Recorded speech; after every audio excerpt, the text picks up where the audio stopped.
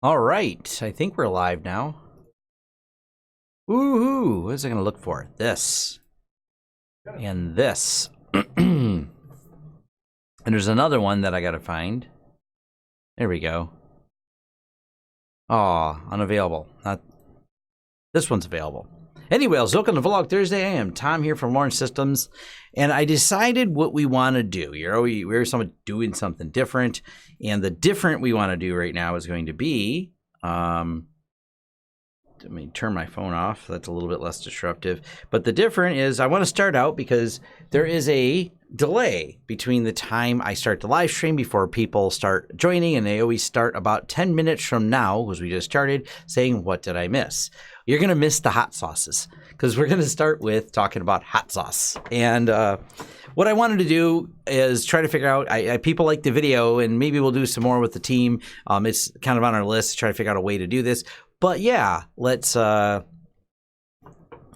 going to talk, I figured at the beginning of Vlog Thursday is a good time to mention, because the volume and rate at which we buy hot sauce is pretty common. Like even this one, if you notice here, this is from the 27th. It's already here, you know, because Amazon, and it was delivered right away with next day. So yeah, these are really good. I'll just throw that out there. So these are the Crimson Tajin and the jalapeno garlic. We have eaten quite a bit of this. The jalapeno garlic, if you put a little of this in some sour cream, you have like amazing dip. It just is perfect for doing that. And this is just Cajun. I mean, you can't go wrong when you want to Cajun things up a little. Not bad. And this was the one in the video we couldn't find, and it's hard to find. Matter of fact, we ordered this one, and it's already unavailable, and here's another one. This is the Pirate's Lantern, and we just got this one in. It's really good as well. So the Pirate's Lantern was the one that someone asked, what did Steve say in the video? There's a comment on it. I think I replied to him, though. That's this one here. This is really good as well. I don't really have too many hot sauces I hate. I've seen some people disagree with me about like the hot sauces and the bravado sauces. That's probably true. This is why it's harder for me to review them, because I like almost all the hot sauces we try, I really enjoy. So shout out to William Daughtery. Thank you very much for the donation of $19.99. I do appreciate that. Doctor said no more hot sauce. Well, yeah, it's not for everyone. If you have a medical condition, then don't do it. My wife can't eat hot sauce anymore either. She has occasional issues with hot sauce, so it's very hit or miss whether or not she'll eat some, and depending on whether she wants to deal with the after effects of eating said hot sauce. So that's definitely a problem. So now that we covered hot sauce, we've got that part. I babbled on for a few minutes about it. We're going to talk about this wonderful software. And there are a couple more than one announcement about XCP-NG. So let me catch up. And I see hello from Sweden, and where else? All kinds of places. Working on XCP-NG, awesome. Love to hear it. I still have a plan on Debian server for KVM and LXC. Cool. That's cool, Grayson. Learning it from the raw. Got no problem with it. I mean, it's not for everyone, but it's not a bad thing. What else we have here?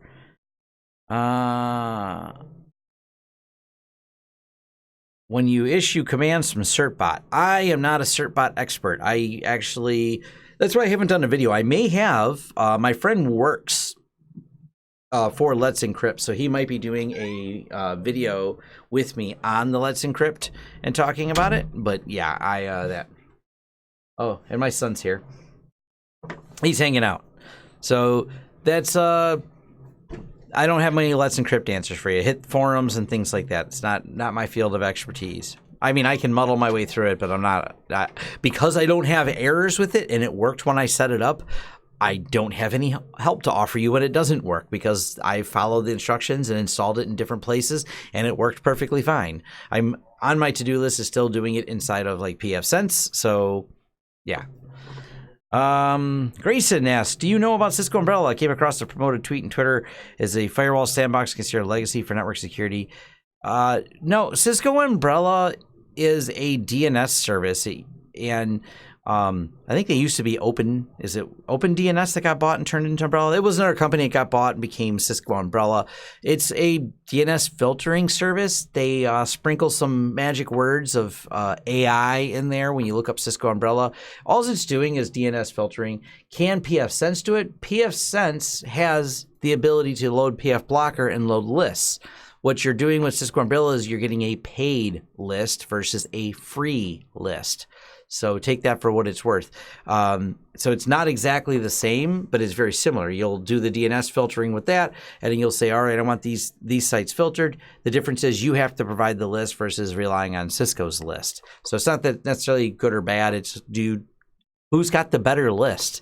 All this is still reactive. So you're trying to say who's going to react faster, the person that put together the free list that I use in PF Blocker or Cisco Umbrella? Are they going to react faster? By the way, it's all reactive. Someone always gets hit. That's how they knew to react. That's my problem with any of these. I mean, they're better than nothing, but they're not a blanket of security. Someone was just debating about that in my forums on that topic as well. Matter of fact, I'll hold this up because this comes up just so much right now. People go, but I want, and where is it right here? I say the same thing all the time. They're like, hey, I like this, Siricata intrusion detection system saying security flaws. Yeah, it doesn't hit them. And this person kept asking me, but if the traffic's encrypted, how does it do it? It doesn't. You need to run endpoint protection as well. There's just no solution without it where it's decrypted on the endpoint. So you have to focus on where you can get visibility into these things. And that's where endpoint protection is not. You can't just put a firewall and say, that solved my problem. It actually solves the lowest part of the problem. I've seen so many companies that had fully managed. I laughed. So the city in Texas that got hit, going through the media and through a discussion I had with some other IT people, they had the full WatchGuard firewall with managed protection on the endpoints. They had all the stack in the networking, all the security stack that you expect them to have. They checked all the boxes, made all the auditors happy, and they got ransomwared. Yeah, so it's all best effort. Okay, so Cisco Umbrella, I was right about which one they bought, OpenDNS. So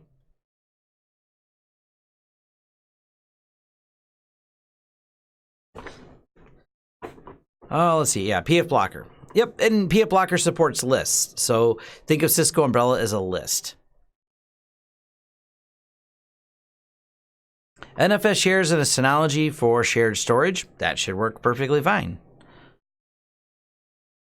DNS filtering is an AdGuards. Yeah, it also has a hosted service. Yes.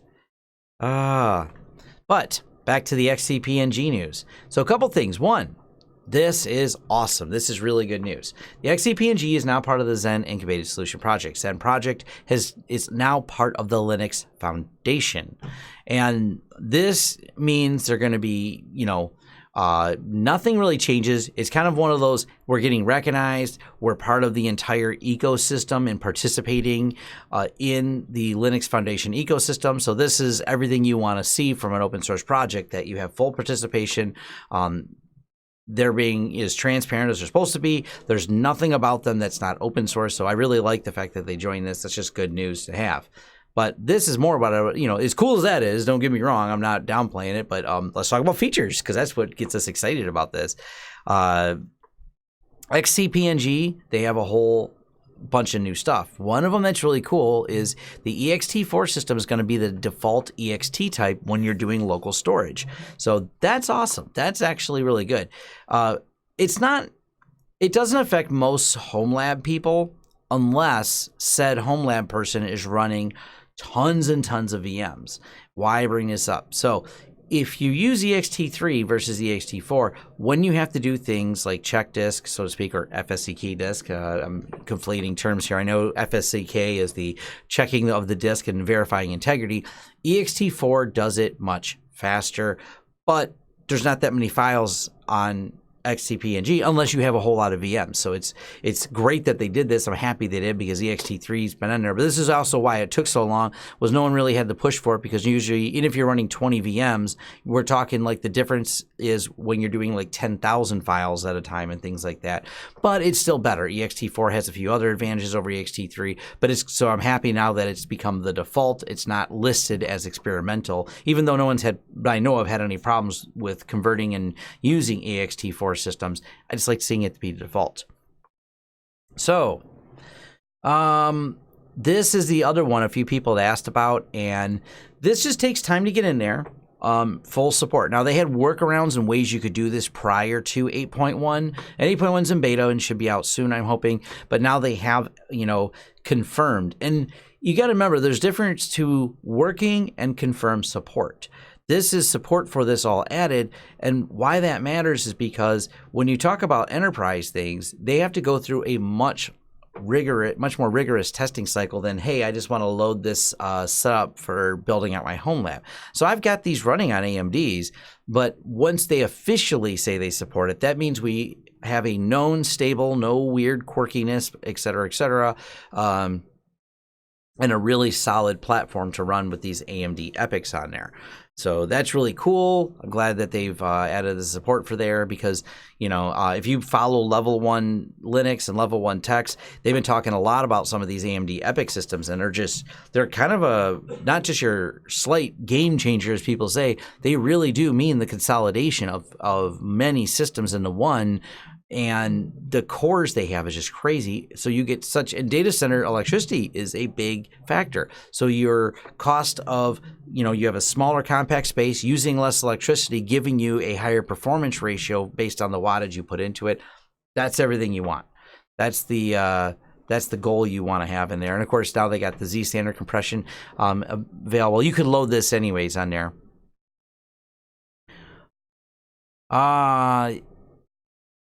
As far as I know, you can do thin provisioning with ext4. You could do it with ext3, so I don't think that that changed any. So when you're setting it up, you'll be able to do that. That's not a problem. I didn't look though. This is a cool breakdown I thought they did in their news as well. I haven't done a couple videos on this, so it's been a little what do you call it? They have a whole breakdown for how many people downloaded it, commits, and everything else, some achievements on there. So 6 full-time people working on this. They plan to go 12 more in 2020. So this is a really cool write-up they had for just how big they've gotten, which is super impressive. So definitely awesome on all of that. Everyone keeps asking about the Dream Machine Pro. I'm waiting for UniFi to send me one. They said they were going to. I'm waiting on it. When it gets here, I'll review it. That's kind of my answer on the Dream Machine Pro. Here's the thing, like the other one, the standard Dream Machine is now at my daughter's apartment. That's how she gets Wi-Fi, because I don't use that small of a device. And we don't really use the USGs in deployment. So I'll review it. I'll talk about it. I'll see how much they've improved on the USG. My daughter likes hers. It works great at her apartment. And that's been my long-term test, is actually just, following up to make sure it works perfectly fine. So, William, I don't do IPv6. I have no demand for it. I have no clients in need of it. So I am not an IPv6 expert. So I can't help you much with IPv6. I know you can do static with IPv6, but I'm far from an expert on it. I just never use it. And for all the clients we have, especially the international ones, we just don't. It's not a thing. No one's asking about it. Let's talk about what's new in Zen Orchestra, because it's kind of related. And I want to try this here. There's a new checksum algorithm for the hypervisor allowing imports of the XV format. The performance depends on hardware use. The larger VM, the larger performance from seen. That's something that's going to be interesting. I don't think it's slow right now, but it would be nice to see it even faster. On our end, where did it go here? See if I can pull this up. We were actually close something. There we go. we were just talking about this. This is even an older machine running XCP-NG. And we were talking about just how fast the read and write performance is and everything else. So my overall impressions have been really good on the performance and everything when it comes to XCP-NG. And I might do some videos with some high-end hardware on talking about all the little performances, how long it takes to move, import, export a VM. And this is obviously highly dependent on the hardware, but the system is the operating system and everything involved does make a difference that you're properly utilizing and efficiency of the hardware. So that's kind of nice there. What else we have in their news here? Actually, it's been a little minute since I looked. Been so busy. Oh, they had a whole another year in 2019 for them. This project's taken off. By the way, directly related in some way. I don't know. I'm going... VMware lays off employees as part of its workforce rebalancing. So, so I thought, I don't know how related, but obviously there is some relationship where XCP-NG has best year ever. They're hiring. Turns out VMware's laying people off. So, yeah, that's a thing. Make a video of PCIe pass-through. I might do it eventually. PCIe pass-through is not that difficult to do in XCP-NG.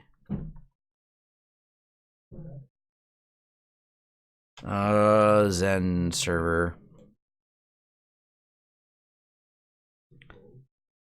There's so many people that have write-ups on this. No, not this one. It's just a matter of finding the device you want and then passing it through to that VM. It's something I never use. If I did this video, it'd just be show people how to do it. It's nothing that I have a use case for. It's niche. There's people who have use cases for it. I'm not saying it doesn't exist. So where's a good write-up on it? Oh, here we go.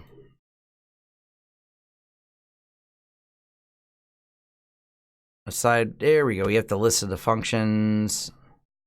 LSPCI, you find it, and then set DOM0. You have to blacklist it. So here's kind of the walkthrough while we're on the topic real quick. The way this works is first, you got to find the device you want to pass through. Video card, controller for whatever that device is. You have to black it out, as in blacklist it from DOM0. DOM0 is where XCP-NG lives. You have to say to the kernel running in DOM0, don't talk to this device. Then you take that same device you said not to talk to and you attach it to a VM to pass it through. That way, because two devices can't use these type of VMs at the same time. And I mean, it works. You can make it happen, but it's, I don't know. I may do a video on it. It's just not something that I have a use case for, especially in my stack, because I like redundancy with two servers. Well, you're passing through specific devices. That also makes that virtual machine tied to that server. So that's, that's all it really comes down to. I usually look for workarounds if I were to have some problem with something, because I want it to be able just to spin it up on another server. But there's exceptions. You have weird controller cards, you want to virtualize things, and you want those controller cards to pass through. Yeah, there's times you may need to do that because of some specialty thing. What we run in our stack just doesn't really require that. The take control in SolarWinds works fine. We use it. It's not as nice as Screen Connect, but we do use it because we have it.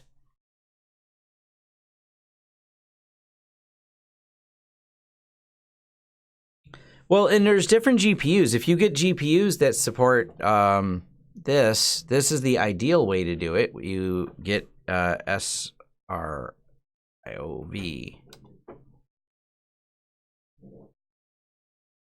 Single root input output virtualization. These devices are devices that can be shared on a server. So you can actually have a server and then you can have it pass through. It's able to slice up and pass through without doing this blacklisting type thing. So if you have a well-supported VM and things like that, that is a way to do it. Let's see. Oh, there we go. This is fired up. Does it? I can't. I think this host might have one. Let me look.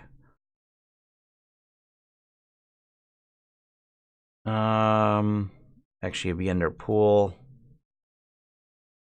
network, add. Nope. None. I guess none of these are SRIOV.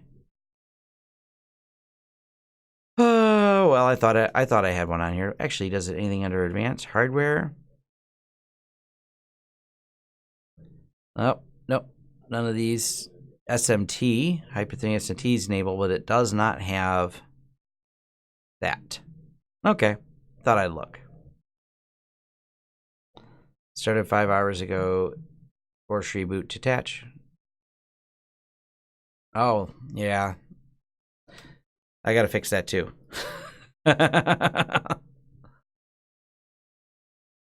Yeah, there's different ones that have support for it. I don't know if this is gonna break this or not. I was looking at updating this to 8.1. I didn't do it yet. That's why these patches aren't applied. That's on my to-do list. Because the 8.1 is in beta, and I was going to. This is my lab server, and I said I need it for something, so I don't got time to reboot it because we were running things on it. Right now, it's running this. What's the IP address of this? 197. There we go. Anyways, is there any other XCP-NG questions that people have about this? That's a curiosity.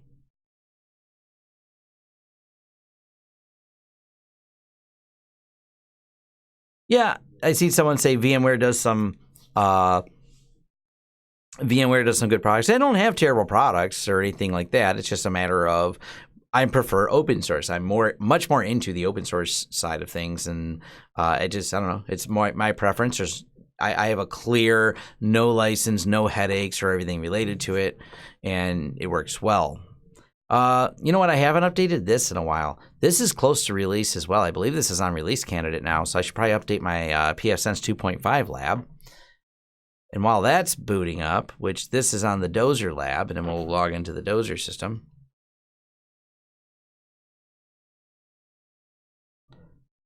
Which I have this on FreeNAS. I'm working on some more videos for this. FreeNAS 11.3, it's at release now. My systems are up to date. I really like the new interface. It just looks great. It's polished. It's very similar to the way it looked before, but it's polished, and someone's going to complain because they removed certain features like the, what do you call it? Net data is now missing, but I don't mind that being missing. They've improved the reporting on this. It looks a lot nicer. So if we go to reporting, this looks a lot nicer. This was much improved by doing this. NFS, disk usage, network usage.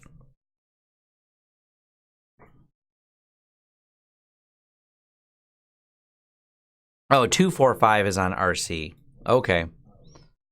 So not 250, but 245 is on RC. Got it. I read that wrong. I seen it. I tweeted it, and I didn't read my tweet. I was like, hey, I wake up in the morning, and I try to focus my eyes because I wake up. I don't want to get out of bed just yet. So I sit on my phone, and I retweet things I like. So and I retweet them mostly because I was supposed to read them later, and I didn't read them later. So that's really a thing. 192.168.3.142. 142.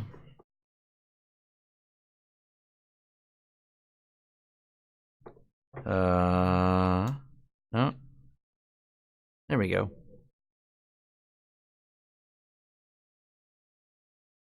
Hey, look, an update's available. So I'll update this while we're doing here. So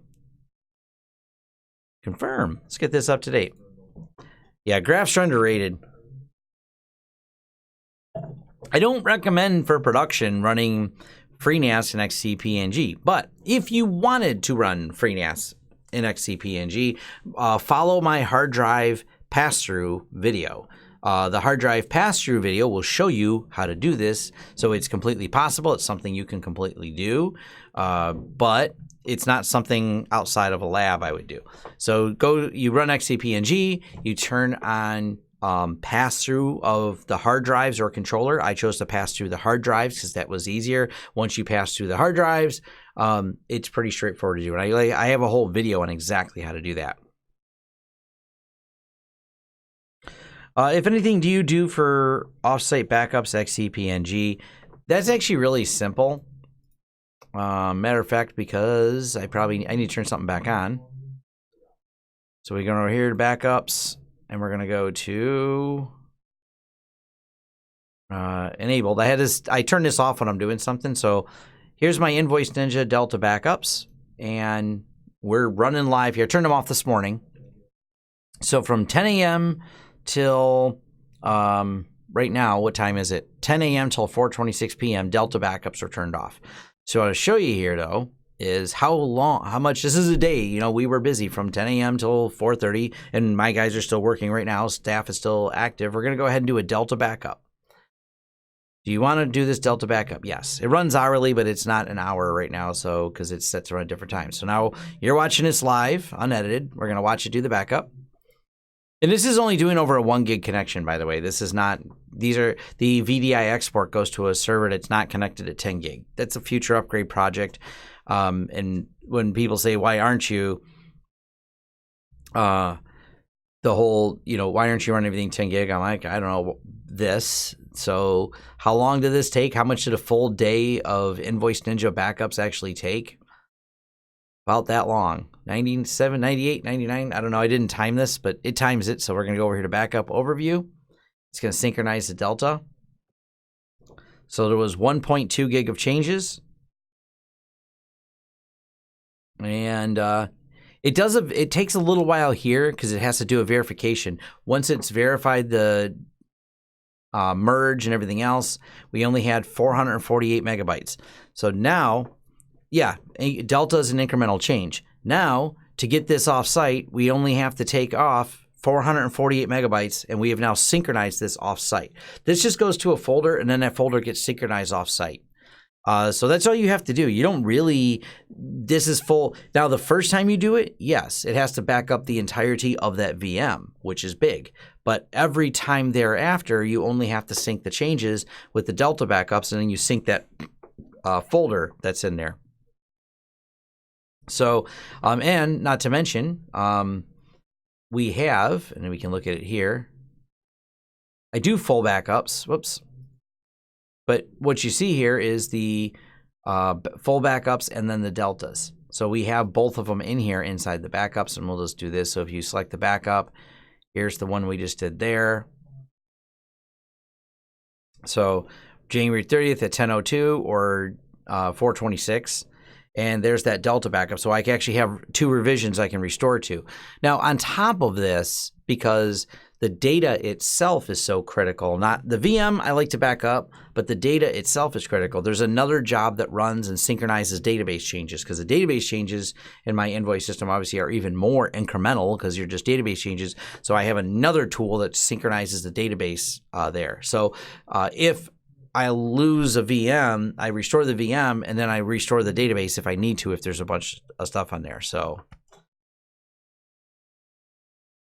yes, and you can use multiple locations. Matter of fact, they're referred to as remotes, and I have 2 of them. And these 2 sync to different places. So kind of get you an idea. So this one goes to this one goes to this one, but they actually internally land somewhere else with the tools that are run on there, which I'm using Sync Thing. I've talked about that before. You just sync it, and it syncs the deltas, and all the data goes off-site, and it's backed up. So pretty automated system. Hey, cool. This one's all up to date now.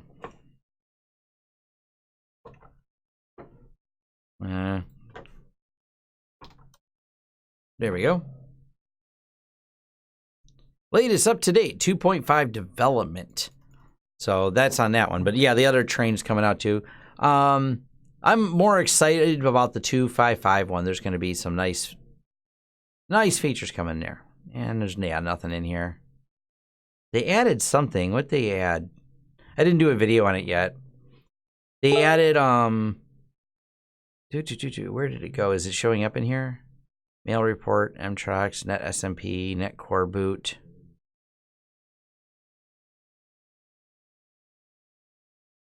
NPRE. PIMD. PIMD multicast lightweight standalone of the protocol independent multicast sparse mode. This is, I didn't do a video. I don't have anything that uses this. So cool that they added it because there are things that do. So Sonos people will be happy. Sonos is the one thing that comes up that needs this particular feature in order to get working. So that's kind of interesting. SyncThing in a VPS. SyncThing runs on my FreeNASs. It runs inside of a jail in FreeNAS. It's one of the easiest way to do it. Monthly full. I do weekly full, not monthly, but yes. So there's a weekly full, but sometimes I don't have it turned on, so there's almost a monthly full. And then I also do synchronized offline physically. I copy them to a physical SSD and have it offline. There's a pair of those that it goes to in a safe in different locations. So my data is redundantly redundant. Let's say 321. No, more like 654321 is all the different copies I have of all these.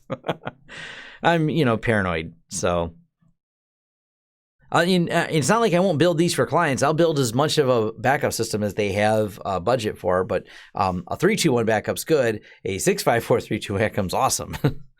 OpenSense, I have no interest in OpenSense. There's no itch it scratches. It doesn't do anything for me that pfSense doesn't do, so there's no killer feature. So I need to do a video so I can just keep replying with it. This is why I don't use OpenSense, because there's no reason to use it. I mean, cool that they created something, but every time someone forks something, that doesn't mean I use it. Even if it's forking something that I like, if there's not a reason for me to use it, like it doesn't offer some incredible killer feature, then why would I use it?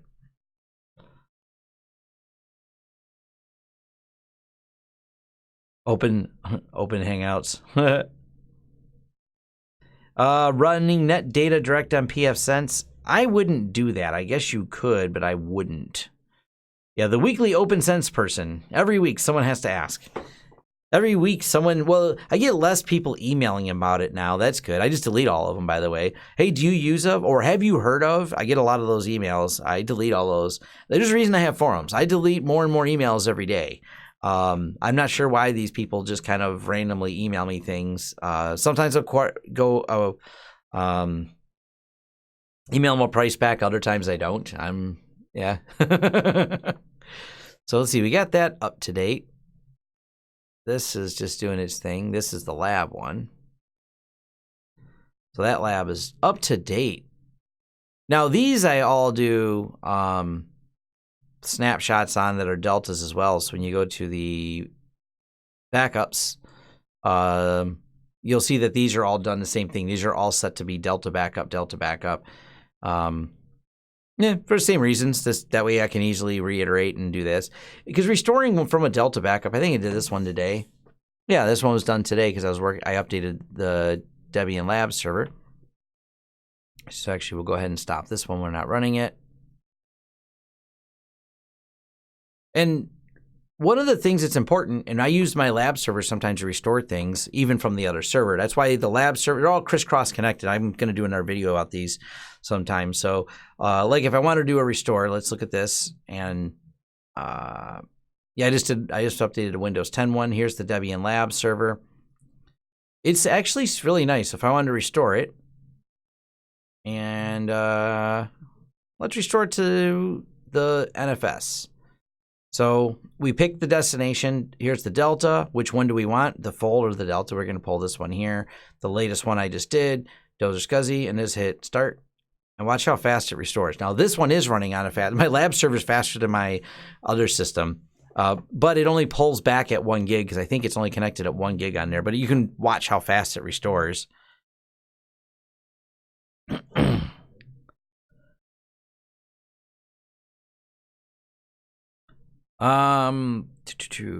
You can always hire us. Head over to lawrencesystems.com and click the hire us button. Yes, you can do via edge routers and pfSense on VLANs. So yes on that. We should probably, we'll do this. So some people really like this in the screen. So we'll shrink this down. We'll do this because I can. Do this. I gotta see where my head is. So my head's down here, so let me move my head down lower. We'll do this. There. Now we can all see the chat together, so I'm actually looking at you guys when we see the chat. I have no videos. I don't know that maybe you can, but I really am not going to recommend loading SquidGuard on UniFi. So no, I actually don't even recommend anyone load SquidGuard. I have a video on why I don't use Squid. It just causes a lot of headaches and grief. So I'm not a big Squid fan. If you need content filtering, go DNS. That's your best bet for content filtering. SquidGuard will cause you tons of grief with lots of websites. And if I'm not mistaken, SquidGuard QIC protocol.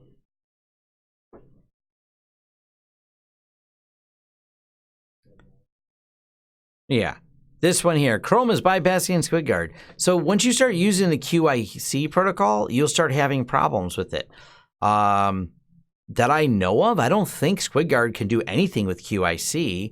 So it breaks all of these. Here's even Palo Alto's got an article, it looks like. So SquidGuard breaks it. And if you're not familiar, I did a whole video on the QIC protocol. It's a much faster way for the internet to work. So we're going to talk. So a quick overview of the QIC protocol. And the QIC protocol is a better implementation for transport layers. The people who hate this type of transport layer are people who want to do filtering because it breaks things. So it just, yeah. So next-gen firewalls are the best for they all have the same problem. The next-gen have all the same problems with things like the Quick protocol and things like that. They just have a hard time dealing with the fact that it's hard to get in between, and many things have problems with the proxies being in there. But there's our, Debian lab restored over to this other server now, and then we just start it back up, and we're back up and running with whatever settings it had on there. So that was from one of the deltas.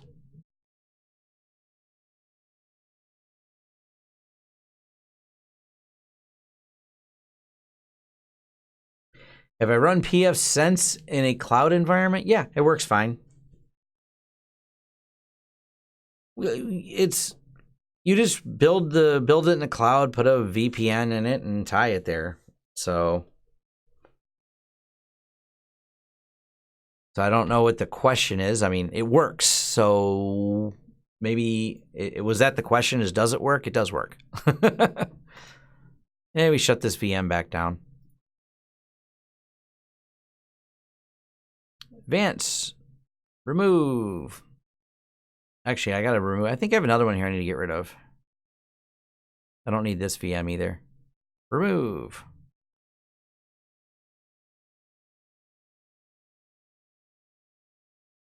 So there you go. Yeah, we're still talking Zen Orchestra here.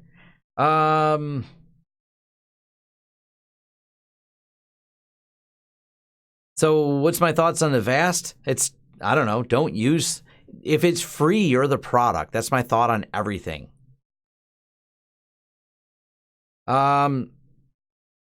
Quick Chrome helps you serve ads. Quick is a protocol, not an ad system. So you are conflating things. Quick works in Firefox too. Quick is the underlying protocol. Can it serve you ads faster? Absolutely. It can. So, but oh, I see Vates in here. Yeah, you didn't miss the original stuff. We talked about stuff on your blog, all the exciting news here. I'm assuming we have the same Vates. So in my excitement over joining the Linux Foundation and all the features and everything else with XCP-NG. So and I didn't do it yet, and I might be doing it wrong. Okay, yes, it is the same Vates. Awesome. Here, let's since I have someone from the XCP-NG project here. Well, the someone. 3 dot, is it 28? Nope. 27. There we go. I want to switch this to 8.1.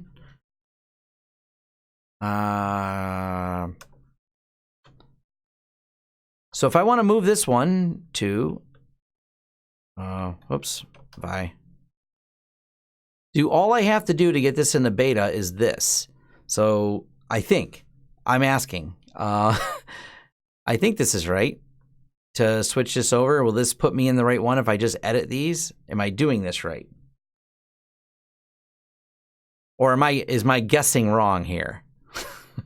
This seems logical. So if I do this, I want to try it all live. Yeah, well, update be possible from 18.1. This is my, what do you call it? This server is completely my demo server, so would this work?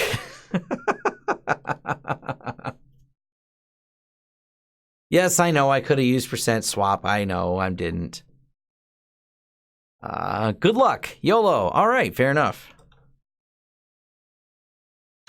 So, yeah.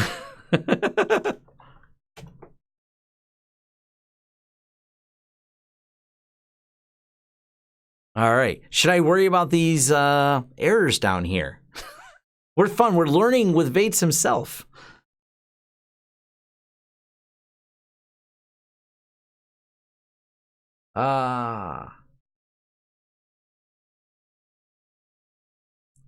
So do we do yum upgrade now?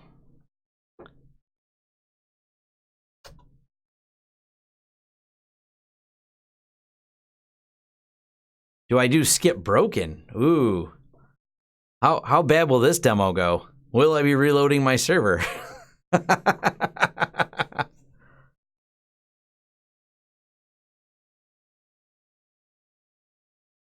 Oh, okay.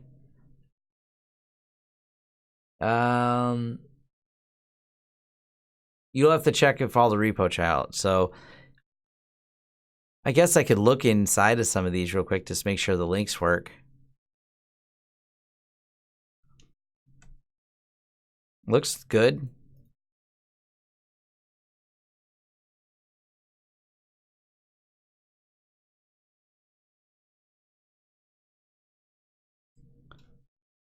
It might work. All right. So, yum, upgrade. And what do we need to do? We have to add,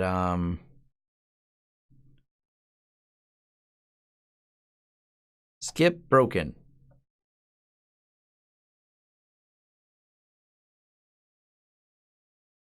Skip, I'm reading comments here, so maybe.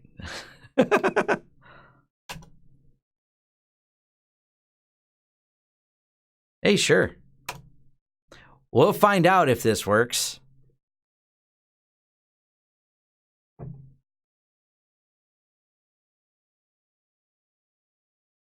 Go, go, go. It's a reasonably fast server, so this should happen. This is either going to end disastrously fast or be fixed really fast. Either way, it shouldn't take long.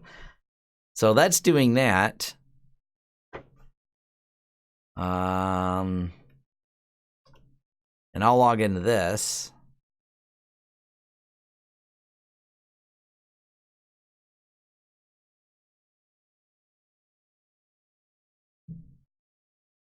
There we go.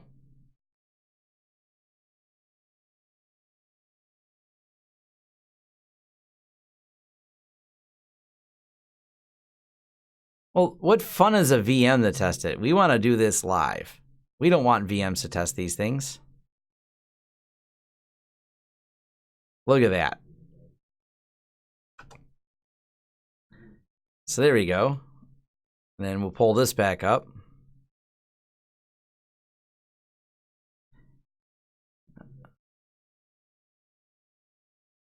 Complete. Ooh. All right. So actually, before we do this, let's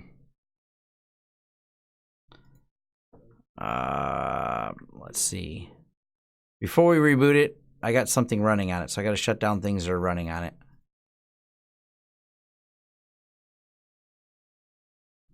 So this is running on it. That's got to be shut down. I'll shut that down over here on another screen. I have a few more screens pulled up.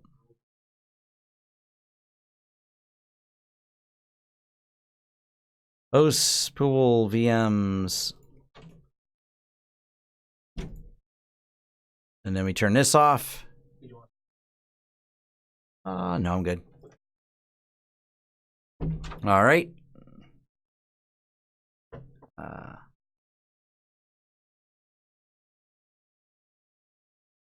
Cool. All right.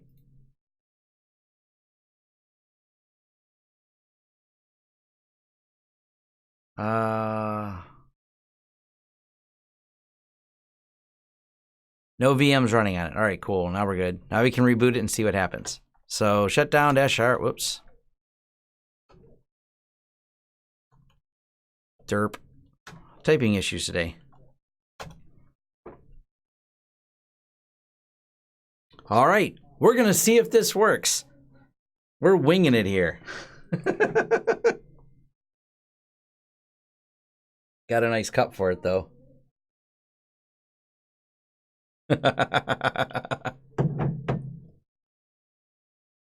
Oh, let's see. Do it live. What more fun is it? I mean, not to. You just gotta do it live.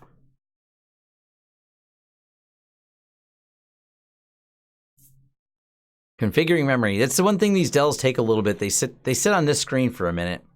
Initializing iDRAC. And here we go. Yes, this is IPMI. This is the Dell iDRAC IPMI I'm logged into. So.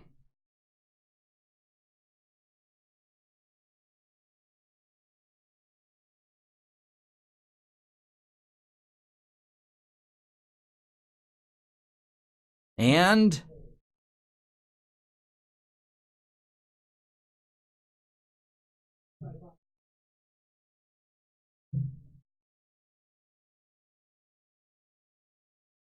I don't understand. You dedicated IPs to lab machines. You can assign static IPs, William, in pfSense. I don't understand the question. Maybe.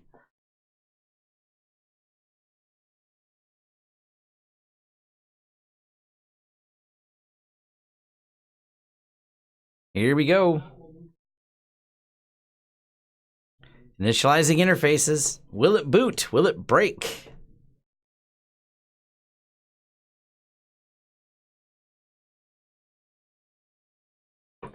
Will pfSense L2P IPsec authenticate with AD using LDAP or Radius?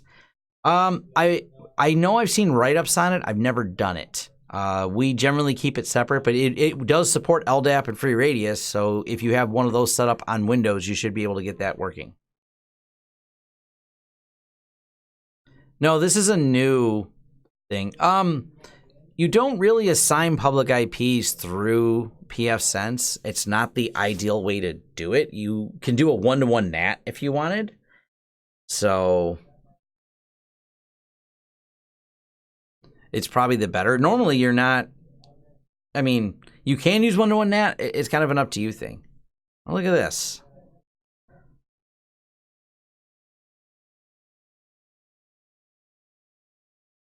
It's booting, I think. Moment of truth here. Will the bar make it all the way across? We're all watching now.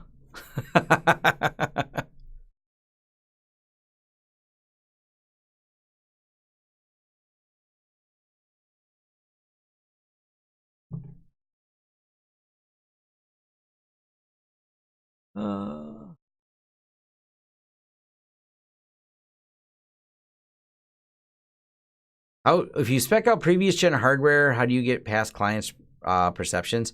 That's not an issue at all. It comes on the budget. I prefer new, but new isn't always what people are. Yeah, it comes on the budget. Everyone wants new in the beginning, and then they see the price and they go, maybe we want last year's model. So it's not really a perception problem. It comes down to what's their budget. So the version didn't change. That is something interesting.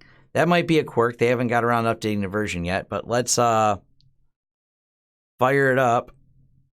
Servers. And good news is I can connect to it. Let me fire up another VM real quick.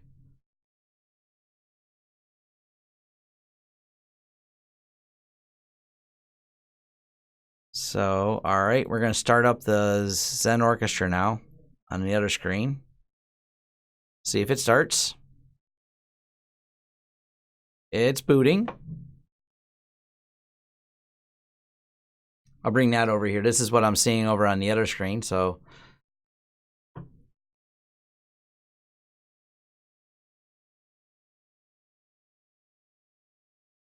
this is a good sign. This is booting right up.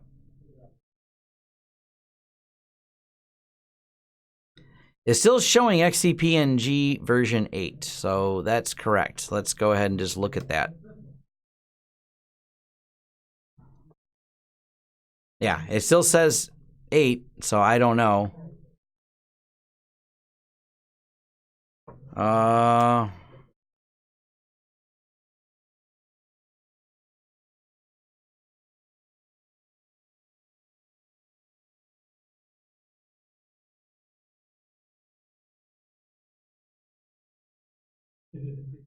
How do you get, what's the command to show Zen version?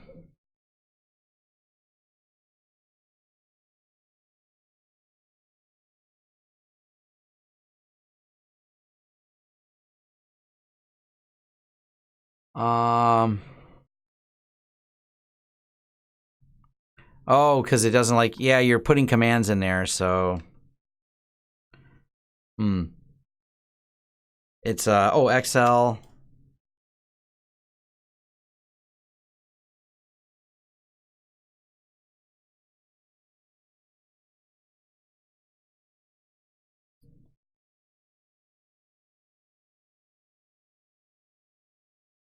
No, this is the newer iDRAC that doesn't use that. So Zen version 4.11 XCP-NG 8.0. So that mean it didn't upgrade?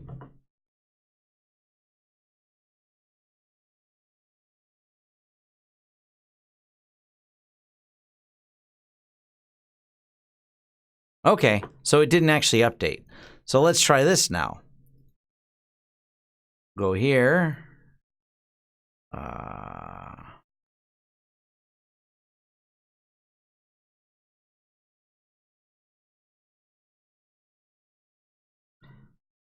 Maybe we got to do something different here. Thinks there's patches, so let's do this. YOLO. Oh, unknown error. Update failed.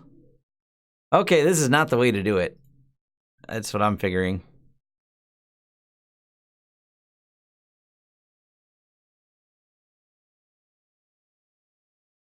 That's the message I got.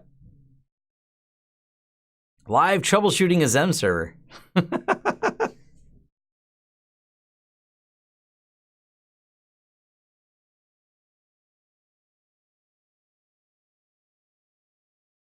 Yeah, I don't know. I'll just reload it with the, I'll get the ISO and do the in-place upgrade. I know that solves the problem and it'll do it properly. That's the way that's actually recommended. I seen in the blog post, it says, you know, get the ISO, download it, do the update. Makes sense to me. That's not too hard to do. The server's all of down the hallway, so it's not really, I don't have to go far to get this done. But I think, Vates, you have my email if you want to email me. If there's an instruction or a forum post exactly how to update it, I'm more than problem to follow it. Because I was planning on doing some 8.1 videos, but if not, I was just going to download the ISO and do the upgrade over the top on it. Developers, they wake up at night. That's when they start their projects, you know.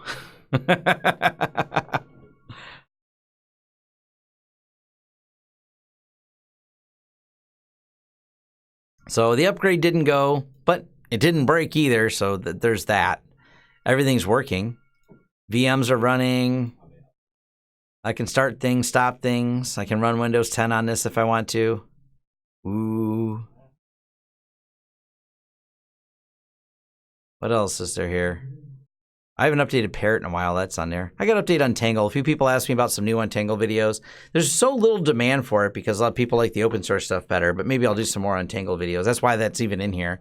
This is the lab I have set up there, so. The newer ones don't use Java. Even the newer Supermicro IPMI doesn't use Java. The newer ones. The old stuff all use Java, and it was terrible. They've all moved to, the modern stuff has moved to HTML5, which is wonderful. Makes your life so much better.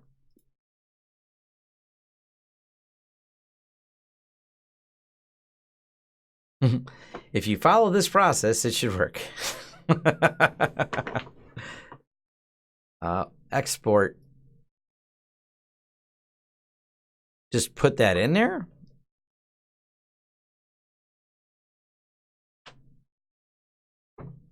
I'll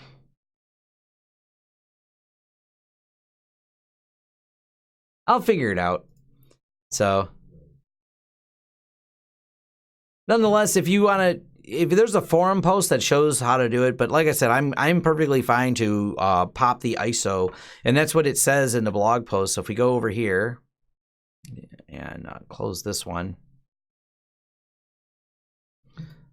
So if we go over to the XCP-NG, click the news, look here, it says to get the ISO right here. So I'm just going to download the ISO and do the install on there. That'll work fine, and that'll solve the problem. Yes, and the ISO is a preferred way because it creates a snapshot so you can roll back in case it goes wrong. So, and I don't know if I'll do this for sure, but I might. I might try it on one of my production servers, but more than likely I'll just do it on this one here. We actually have more than one lab server, and so the lab servers is where I test everything, because once we do this, then we test it ourselves and we roll it out to our clients and update all their systems. So the iDRAC, I don't even know what version of iDRAC I'm using. So whatever iDRAC this is, Access Controller 7, this is HTML5. See? No Java, all HTML5.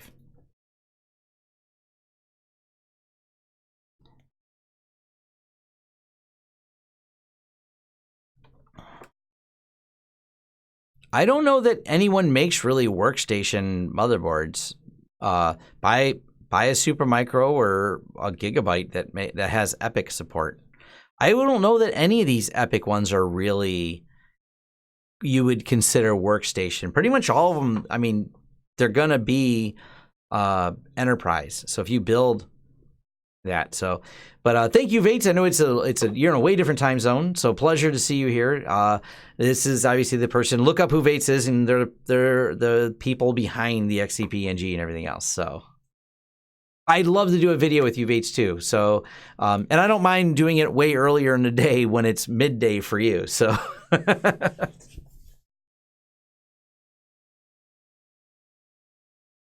Well, when you're sitting down for video, pants are always optional.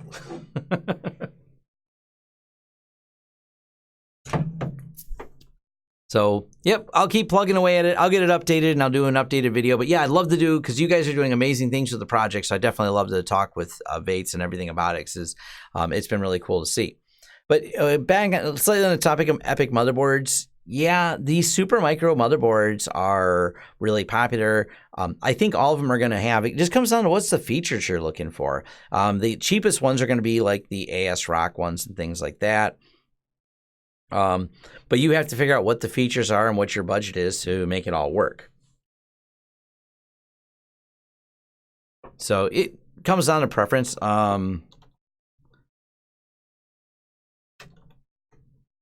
Gigabyte rack servers right there. This is the one Level 1's been talking about, is the Gigabyte rack servers. So you can get it right, completely built instead of instead of assembling yourself. You can buy them directly from Gigabyte, and they have support for them and everything else. So.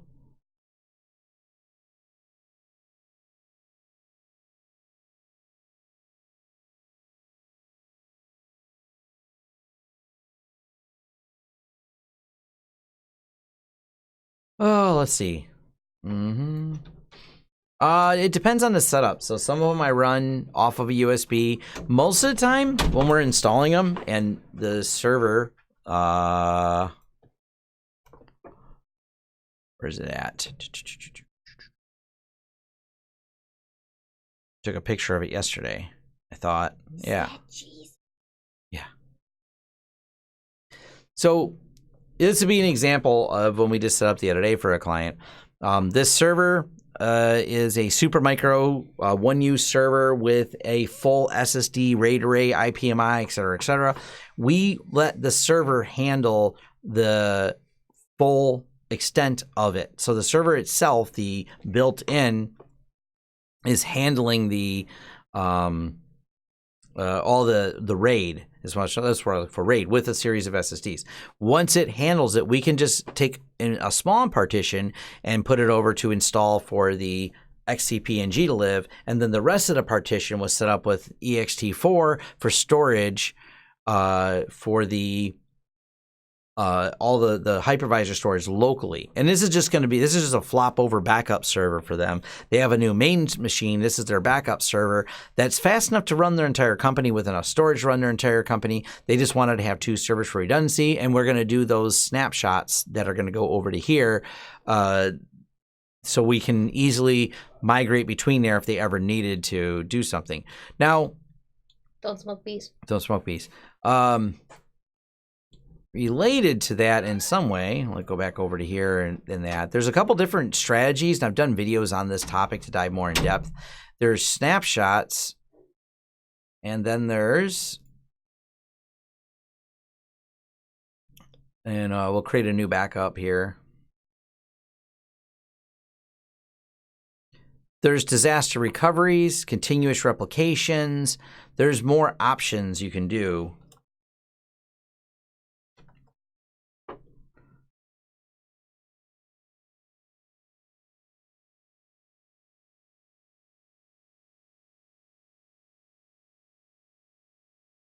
And this is another option. So right here, well, actually, if we did it, we'd want it on SCSI. So Debian server, Debian. Now, this is a whole different strategy you can use. And they're not actually doing Delta. They're going to do these replications. When you do the replications, you can replicate to a different storage repository. So you say, take this VM that's running live on your main system and get a hot spare ready on another system. And this is a strategy you can set up that instead of doing a backup, you're just keeping a replicated copy on another server, and then you can fire that one up if the main server ever died. That's not the same as HA because you're doing it under the control of copying the server, not automatic failover. Automatic failover, I have a separate video on that as well. So there's a lot of different strategies you can use with XCP-NG to make this work. And two, and I'm not going to put a schedule in. I'm just going to leave it like that and hit create. And now what this is allowing us to do is, what did I call it? That's Delta, yeah, continuous replication.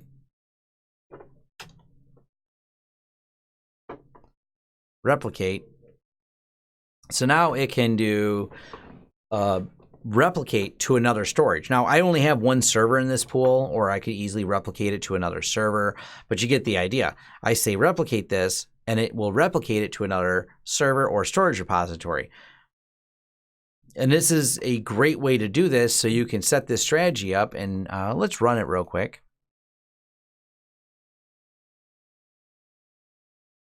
See how long it's going to take to actually run the task.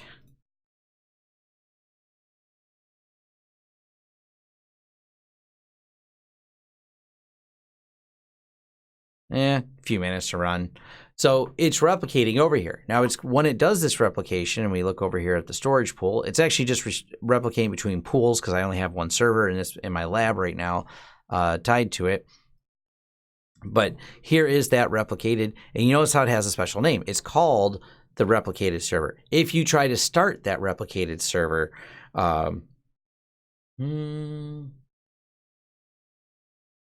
yeah. If you try to start that server, it'll give you a warning because it says, hey, this one is still on. So it looks for the live one there, and you have to click through the warning to say, are you sure you want to start the replicated server because of that? So you can set this up. Now, the first time it does it is obviously really slow. Then every time after, it's only replicating the synchronized changes between there. So this is, you know, I have a whole video where I break this down, but these are all some of the strategies you can use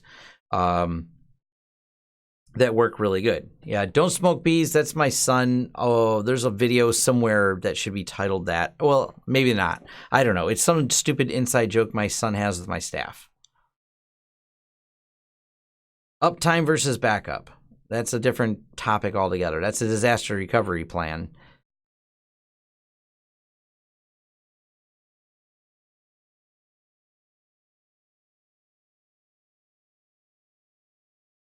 So what do we have here? Yeah, the Dell R7, the 720s are a step more efficient. So, and no, XCP-NG is not heavy on the USB read-write, so it doesn't destroy them.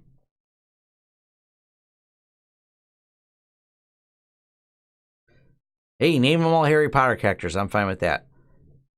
Have we had to do full disaster recovery? Oh yeah, we recently, man, we're suffering through the client's poor planning. They called us because it hit the fan, man, and yeah, so that's we've had to go through full DRs with company. It's rough, especially when they're the ones that planned it, not us.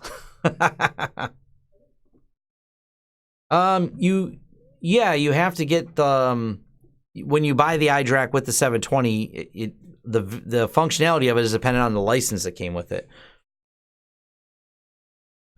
I don't really use Ceph, so I don't have an interest in it. I know what it is. Ceph and what's it? Ceph and there's the competitor for Ceph. Its name eludes me. There's 45 Drives has some good videos on it. I don't really use it. It's not something for the stuff we're working with. It's not something we're really using.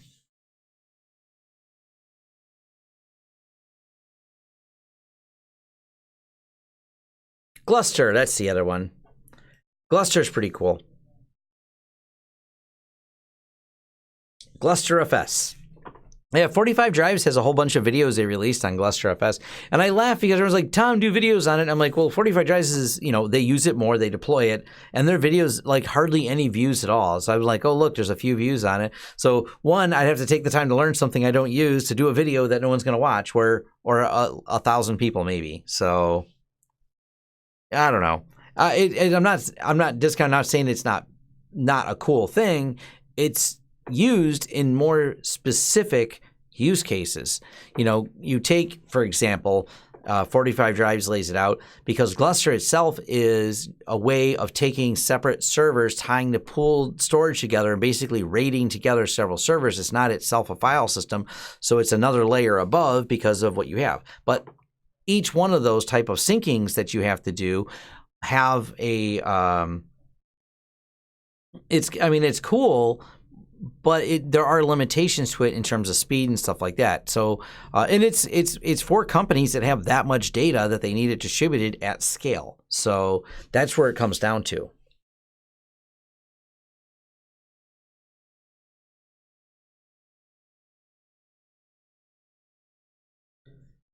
Buy Netgate off of eBay should be fine. Shouldn't be an issue. I don't mind using ZFS for SCP-NG. The problem you run into is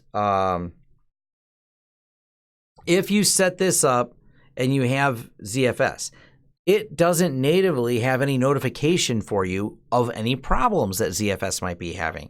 So you have to build in your own notification system for this. So if you are running it and it doesn't have any notification if there's a problem with the RAID array because its ZFS notifications are not natively built into XCP-NG, you have to figure out a way to make sure you're monitoring the syslogs to do all that. So as long as you have a methodology, sure. Easier solution in some cases, the Dell system has a notification it will send out via email if there's a problem with the RAID controller. So that makes it simple. You let the Dell system handle the RAID controller, it'll send out a notification, and away you go. Boo! Did I scare you? So, nope, not scared. But winding down to the end of the live stream, you guys got to watch this cut over. Maybe I'll do some newer versions of this video talking about the different when and why. So I've got the methodology, but when and why, and when do you want to use this? So,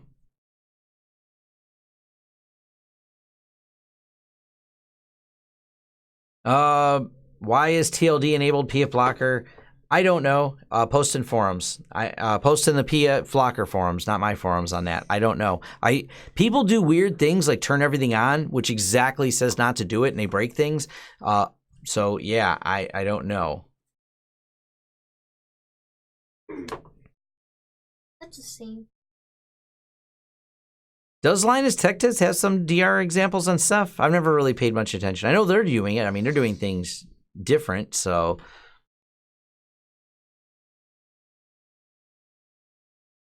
99%, we're almost there. 100%, awesome. 100% what? So now we can fire this one up. And now we have this replicate server on Debian Lab server. So now we have the replication on here. So now we can make changes and see them replicated over there, and it's going to be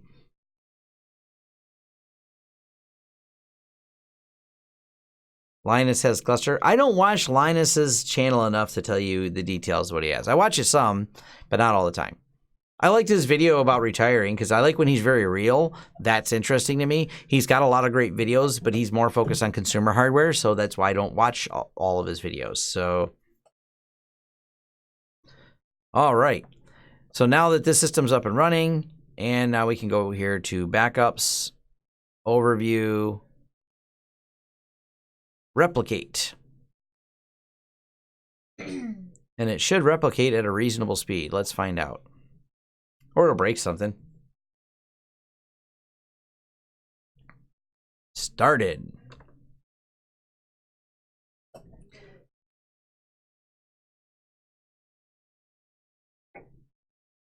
There we go. So 48 megabytes was changed from booting it. So now that's one replication. And this replication between servers, so now I have a hot spare ready on another storage pool, or it could be another server, it really doesn't matter. And it took all of just seconds. From start to end was, start end including the verification process. So start 12:02 and 12:13 here. So what, 9 seconds to do it. And that's pretty reasonable for getting that done. Now,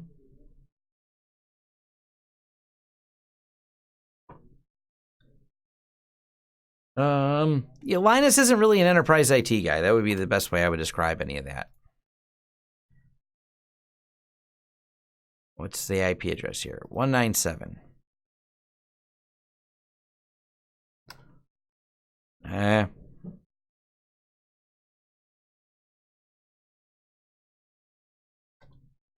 All right.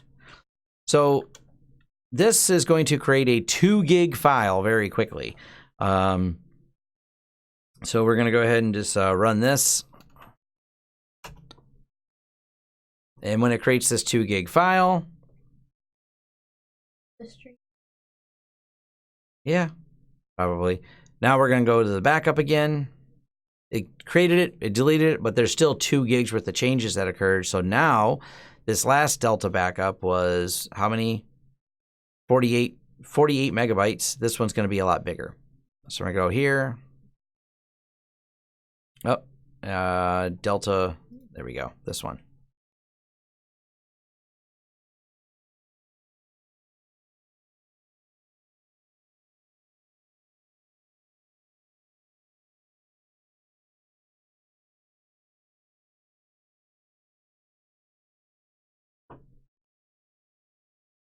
So now the backup's substantially bigger.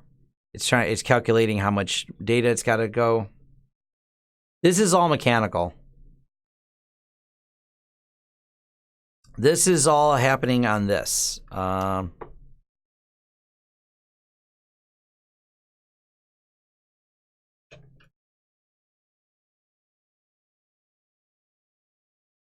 This server right here is doing everything. So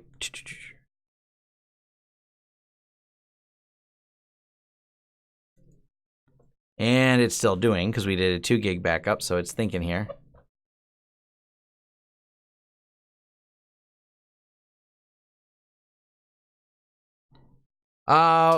You replicate as often as you can based on how much data you can lose. That's the question you're asking, is how much data can you lose?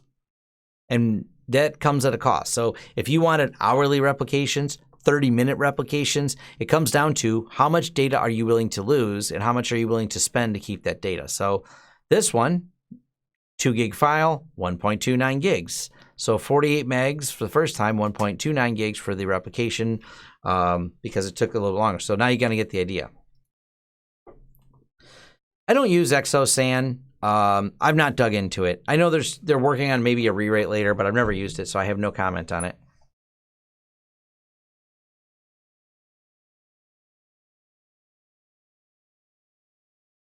But yeah, you kind of get an idea how all that works. It's kind of neat. So there's your speed, what it was spinning at. And of course, run the speed test again. I can create 2 more gigs worth of changes. I get a reasonable, once it's cached, once you do it more than once and it starts caching stuff, you get about, 500, 600 out of these. And these are all spinning drives in FreeNAS. Oops. They're spinning tile hard drives. So we go over to your reports, and we're going to go look at the network interface. Hey, there's what that looked like doing the backups and moving the data around. There you go. That's what those tests look like. And what else do we have here?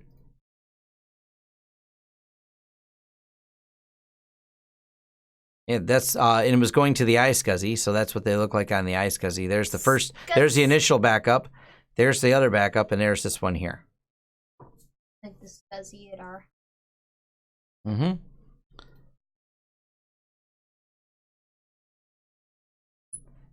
Yeah, random I/O and your IOPS performance is really what matters. So if we go to storage, you want to know what kind of IOPS. So this is getting about 8,000 IOPS here. Kilo IOPS. And here's your actual. So it's kind of fun. You can see the actual versus what it displays. So we only peaked out at 345 versus it set a little bit more. So, and of course, latency is a big deal. So what was the latency to get to that? What is the I/O wait time? How much I/O was waiting for system to free up? So these are all the stats inside of here. And then you go into the VM itself, pull out the stats in here, and same thing. Here's what the VM was able to pull through, and you can look at each one of those.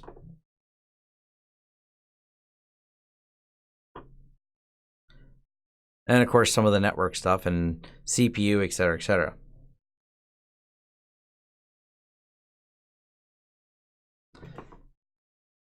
Yeah, MikroTik makes some really cheap, what do you call it? Really inexpensive 10 gig switches. I got that one. I'm, hey, I'm agreeing. It's pretty good. But I'm winding this down. Any more questions for the good of the class here? A few people asked me, and I was going to do a video, maybe I'll do it tomorrow, about how I got here, as in like an origin. People ask, how'd you start the business, things like that. And I don't mind summarizing it for how I got from where I am to and everything else. So I don't know if there's an interest in that video. Let me know in the forums. As always, go post over in the forums at lawrencesystems.com. So, and I'll fix this broken XCP-NG system that now doesn't have the proper updates in it. So hopefully that helps. But just like I said, go ahead and check out my forums. This is a place, if you want to interact with me, sending me random emails is probably not the best way, but the forums is a good way. If you have questions or things like that, if you want to know how I started the business and things like that, let me know. Should I make that video? I don't know. I am going to do a video about Google Fi because I was up north over the weekend, so I have some thoughts on this in terms of how good Google Fi works, because I was all the way in the middle of nowhere. I'll give you an idea. I was standing out on the shore and it was frozen. It was cool. But anyways, that's it for the live stream. Thank you. Press the like button before leave. It does help the YouTube algorithm and all that fun stuff. And I think that's about it.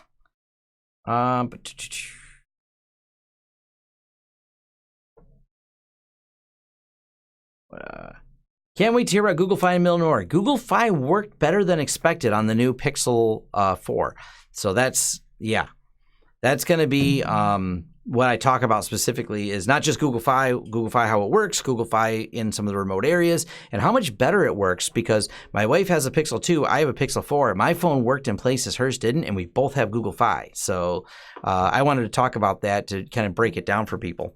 But that's about it. Thank you for all that came and watched, and I'm going to end the stream.